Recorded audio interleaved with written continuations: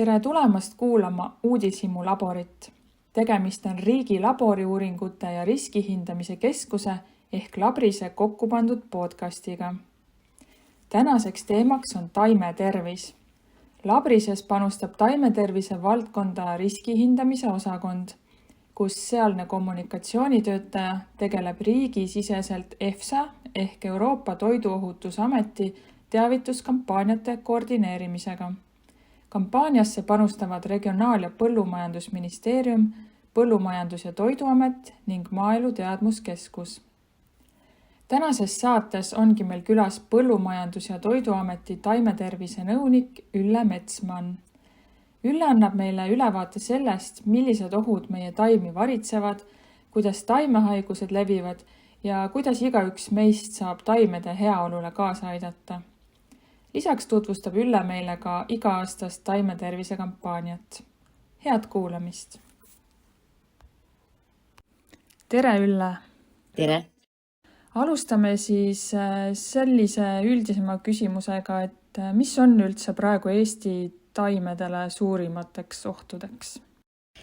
Eestit ohustavad mitmed erinevad karantiinsed taimekahjustajad, keda meil õnneks veel täna tuvastatud ei ole, kuid mille osas me arvame, et see oht on tõenäoline. Ja üheks selliseks näiteks on meil saarepuude kahjur saare saleundlane ning ka mitmete teiste lehtpuude kahjur Aasia sikk. Samuti peame olema väga valvsad just viljapuid ja dekoratiivkultuure kahjustava viljapuu bakterpõletiku osas, mis meil levinud ei ole, kuid mille suhtes Eesti on kaitstav piirkond. Aga räägi meile, et kuidas need karantiinsed taimekahjustajad üldsegi levivad? Peamiselt karantiinsed taimekahjustajad levivad ikka inimtegevuse kaudu, et kõik see intensiivne kaubavahetus ja reisimine, mis meil täna toimub. Ja selle tõttu siis ongi oht, et tulevad kaasa ka kahjustajad. Ja näiteks, kui me võtamegi istikud, muld, seemned, lõikelilled, puu- ja köögiviljad, et nende kõigega võivad kaasneda kahjustajad. Aga samuti on üheks kahjustajate levikuallikaks ka puidust pakkematerjal, mida täna ju kasutatakse erinevate kaupade transpordil väga laialdaselt ja sellepärast ka võivad selles peituda ohtlikud metsakahjustajad. Aga samas võib levik toimuda ka looduslikult, ehk siis tuulega, vihmaga, rändlindudega, aga muidugi putukad võivad ise ka kohale lennata. Väga palju räägitakse meil ka kliimamuutustest, et kas kliimamuutused ka näiteks taimetervist mõjutavad ja kuidas? Taimede tervist ohustab nii kliima soojenemine kui ka hoogustav kaubavahetus ja reisimine. Ja kliima soojenedes tekivad just siis taimekahjustajatel uued soodsad elupaigad ning kaupade ja reisijatega võivad kahjustajad liikuda uutesse piirkondadesse. Aga kui ma olen nüüd reisil teisel pool maakera ja ma näen seal nii ilusat taime, tahaks selle lihtsalt oma kohvrisse panna ja Eestisse kaasa võtta, siis tegelikult ju seda teha ei tohi. Et miks ei tohi siis mujalt maailmast Euroopasse reisides oma pagasisse neid võõraid taimi võtta? Taimedes ja taimsetes saadustes võivad peituda just nimelt karantiinsed taimehaigused ja kahjurid. Ja Euroopa Liidus on siis alates 2019 detsembrist juba senisest siis rangemad taimetervise reeglid nii reisijatele kui ka siis kaubaga tegelevatele ettevõtetele. Ja taimedes, seemnetes, puu- ja köögiviljades, lõikeokstes, lõikelilledes võivad just peituda sellised kahjustajad, mida me ennem ei näegi seal, kui olles koju jõudes ja selle tõttu reisilt ilma ametlike dokumentideta ei tohiks kaasa tuua nii taimi kui taimseid saaduseid. Ja see ametlik dokument, mis siis taimetervise osas peaks tõendama, et seal ei ole kahjustajaid, ongi fütosanitaarsertifikaat, nii et ka tavareisijal tegelikult on kohustus, et ta peab siis soovi korral, kui ta tahab taimi ja puuvilju ja igasuguseid seemneid kaasa tuua, peab siis olema see fütosanitaarsertifikaat ka taotletud kaasa. Aga erandina võib siis ilma ametliku dokumendita, ilma fütosanitaarsertifikaadita tuua siis värskeid banaane, tatleid, ananasse, kokospähklit ja tuuriani, nii et erisus teatud puuviljade osas ainult siis on olemas, et kõik muu on reisija pagasis keelatud, kui ei ole fütosanitaarsertifikaati. Aga on sul ka näiteid taimekahjuritest või haigustest, mis on ikkagi kuidagi meile siia Euroopasse sisse toodud või Eestisse lausa ja mida nad siis teinud meil siin on? Võib-olla alustame Eestist, et kui ma enne mainisin, et Eesti on viljapuu bakterpõletiku suhtes kaistav piirkond, siis kindlasti peame väga jälgima nii viljapuid kui teatud dekoratiivtaimi, siis, mis on peremeestaimedeks, et meil seda viljapuu bakterpõletikku ei hakkaks levima. Meil on olnud üksikuid koldeid, kuid me oleme suutnud need edukalt likvideerida, ehk siis viljapuu bakterpõletik on meie jaoks üsna oluline jälgida looduses ja ettevõtetes samuti, kes tegelevad taimedega. Siis kindlasti teine Eesti jaoks oluline kahjustaja on kartuliringmedanik, mida siis me kontrollime nii tarbe- kui seemnekartuli tootjate hulgas. Ja tegemist on siis sellise bakteriga, mis on väga raskesti tõrjutav, kui ta tuleb tootmisüksusesse ja ta saastab nii masinad, seadmed, muidugi mulla ja see on väga siis selline raskesti tõrjutav ja tõrjemeetmed on kulukad, nii et kartuliringmedaniku osas on meil läinud Eestis seis paremaks aastate jooksul ja täna saame rääkida ainult üksikutest kolletest, nii et selles suhtes on väga palju head tööd tehtud. Aga kui minna nüüd Euroopasse, siis Euroopat kimbutavad praegu erinevad kahjustajad. Üks probleem kindlasti, mis on probleem number 1, on Itaalias siis oliivipuid ulatuslikult kahjustav bakter Xylella fastidiosa ja Apulia maakond on siis sellest bakterist väga ulatuslikult saastunud ja tekitanud on see väga suuri probleeme, just nimelt nii keskkonna, sotsiaalseid kui ka majanduslikke probleeme.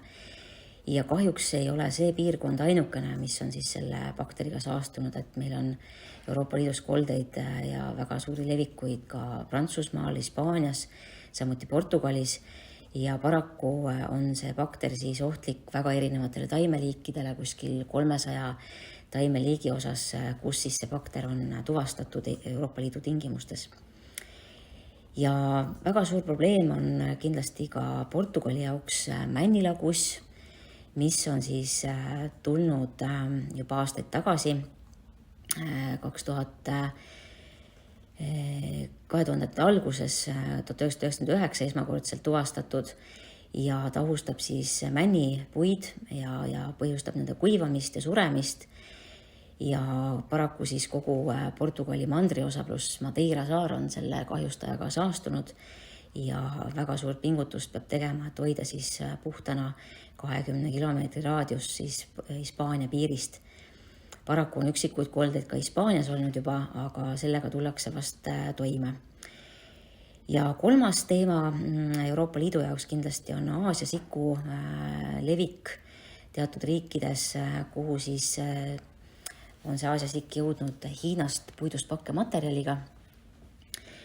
Ja kõige lähim kolle meile oli siis aastaid tagasi siin, õnneks on see likvideeritud, oli siis Soomes ja sinna jõudis ta nimelt just Hiinast saabuva graniitkivide pakkematerjaliga, nii et see oli üks kindel levikutee. Ja ka kõik teised kolded siis Euroopa Liidus on seostatud sellega, et Hiinast on siis saabunud sellist väga saastunud pakkematerjali, mis on siis puidust pakkematerjal. Ma saan aru, et on olemas inimesed, kes tegelevad taimetervise teemadega igapäevaselt. Kes need inimesed siis täpsemalt on ja mida nad teevad? Riigi ülesandeid taimetervise järelevalve tagamisel siis täidab meil Põllumajandus- ja Toiduamet. Ja taimetervise inspektoritel on selles kandev roll. Nad teevad kontrolle nii piiripunktides, nii maanteel kui sadamates, aga ka Eesti territooriumil üldises mõttes, näiteks puukoolides, puiduettevõtetes, seemne- ja tarbekartuli tootjate juures ja lisaks muidugi igal aastal toimuvad meil seired metsades, põldudel, parkides, haljasaladel, koduaedades ja viljapuuaedades. Ja selleks just, et uurida, et kas Eesti on karantiinsetest taimekahjustajatest vaba või mitte. Ja mis puudutab nüüd taimesete saaduste eksporti, siis ka see toimub meil taimetervise inspektori valvsa pilgu all. Ehk siis, kui me soovime teistesse riikidesse oma tooteid saata, taimetaimsed saaduseid, siis ka need peavad vastama sihtriigi nõuetele. Ja kui need on korras, kaup vastab sellele, siis me väljastame fütosanitaarsertifikaadi. Ja kui kontrollide käigus siis tuvastatakse karantiinseid taimekahjustajaid, siis tuleb meil rakendada tõrjeabinõusid, milleks on sageli taimede põletamine, hoidlate desinfitseerimine, masinate desinfitseerimine. Nii et väga palju võimalusi meil kahjustajatest lahti saada teinekord ei olegi, kui need haiged või saastunud taimed tuleb lihtsalt ära hävitada. Maikuu on taimetervise jaoks oluline, sest juba mitmendat aastat on toimumas taimetervise päev. Miks on see taimetervise päev üldsegi ellu kutsutud? Taimetervise päeva tähistamine annab meile hea võimaluse pöörata sellele tähelepanu, kuidas taimetervise seisund meil siis täna maailmas on ja kuidas seda mõjutab siis hoogne kaubavahetus ja kliimamuutused. Ja taimekahjustajate elutegevuse tõttu kannatab tegelikult meie toidulaud, keskkond, majandustegevus. Nii et kõige sellele tuleb taimetervise päeval just nimelt tähelepanu pöörata, et me peame hoidma oma taimed tervena. Ja meil kõigil on just nimelt siis taimede tervena hoidmisel oma roll ja olles teadlik taimetervisega seotud ohtudest, saame me kõik anda oma panuse ning vähendada nende levimist. Millal ja miks taimetervise päev üldsegi alguse sai?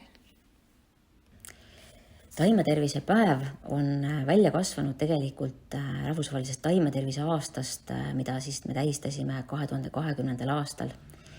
Ja peale seda siis ÜRO otsustas kuulutada ka iga-aastaselt siis ühe päeva, kus me taimede tervise seame fookusesse ja sellest räägime.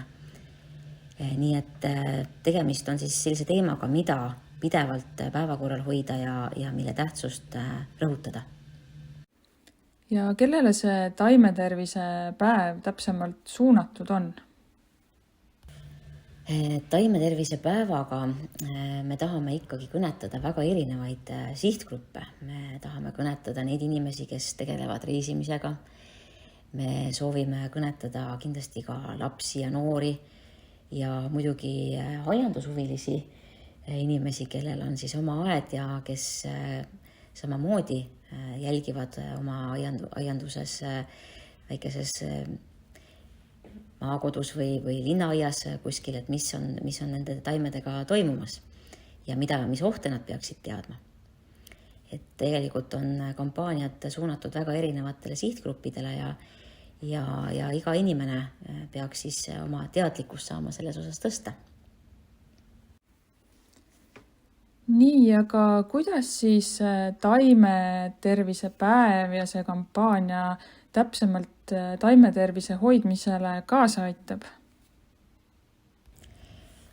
Just nimelt, et kui inimesed on teadlikumad, siis nad kindlasti on ka vastutustundlikumad, teades siis, mis tagajärjed võivad juhtuda, kui tuuakse kas reisilt mingi tundmatu taim ja sealt paiskuvad siis loodusesse sellised kahjustajad, mida me kunagi siin varem näinud ei ole.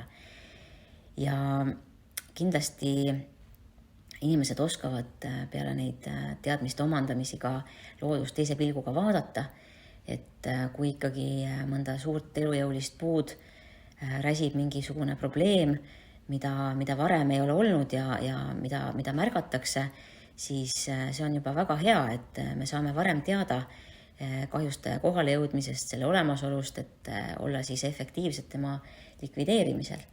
Et kindlasti see märkamine looduses on väga oluline, et kõik inimesed teaksid, et mis need ohud on ja mida peab jälgima. Räägi meile, mida siis varasemalt on taimetervise päeva tähistamiseks ja inimeste tähelepanu püüdmiseks tehtud ja mida me sel aastal näha ja kuulda võime? Kui juba algas taimetervise aasta, siis me väga palju mõtlesime, millistele sihtgruppidele oma tegevused suunata ja mõtlesime, et kõige tähtsam on suunata teadmisi koolidesse, et me oleme korraldanud siis sellise rändnäituse, mis Eestimaa koolides ringleb ja millest siis on võimalik saada uusi teadmisi nii loodusõpetuse kui bioloogiaõpetuse tunnis ja koostöös siis koolidega on toimunud ka erinevaid üritusi, millega me kindlasti jätkame, et nii mõnigi kool on tähistanud taimetervise päeva, erinevad töötoad on toimunud ja meil on väga hea meel, et tegelikult on see teema väga hästi koolide poolt ka vastu võetud ja sellega me jätkame kindlasti edasi. Aga avalikke üritusi on samamoodi siis meil erinevaid toimunud ja erinevatel aastatel juba on siis Tartu Loodusmajas tähistatud taimetervise päeva ja näiteks tänavu 2024 on meil siis selline taimetervise päeva tähistamine koos orienteerumisega, ehk siis meil on orienteerumiskolmapäevak, kus siis töövad kaasa kõik orienteerumishuvilised Tartu linnas ja meie jaoks on see ka väga oluline, et ka see sihtgrupp oleks teadlik taimekahjustajate levikust ja sellest, mida need võivad kaasa tuua ja oleksid need inimesed ka, kes looduses liiguvad, ka meie käepikenduseks siis seirete tegemisel ja üldse jälgima, mis looduses toimub, märkama ohte. Et see on väga oluline, et neid inimesi siis just kõnetada ka selle teemaga, kellel on loodus tähtis. Räägi meile, mis on need põhiasjad, mida nii mina kui meie kuulajad, igaüks oma kodus ja mujal looduses, reisides saaks teha, et taimetervist hoida? Peame teadlikult takistama nende karantiinsete taimekahjustajate levikut, ehk siis me peame ka väga põhjalikult teadma, mis on need karantiinsed ja mis on siis need tavakahjustajad meil looduses. Aga põhilised märksõnad kindlasti on, et ära too reisilt kaasa taimi ja taimseid saadusi.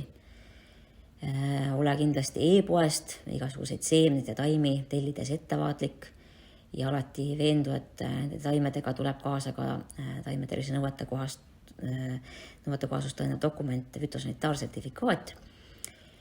Ja kes kasvatab näiteks kartulit kodus oma aialappidel, et kindlasti mitte kasutada siis mahapanekuks teadmata päritolu seemet, ehk siis eelistada kindlasti sertifitseeritud seemnekartulit. Ja muidugi viimane soovitus, et looduses olla tähelepanelik ja karantiinsete taimekahjustajate leidmisel või nende kahtluse märkide ilmnemisel kuskil kindlasti sellest teavitada siis Põllumajandus- ja Toiduametit, et see oleks nagu ka meie jaoks väga tähtis, et looduses hoida pilk peal.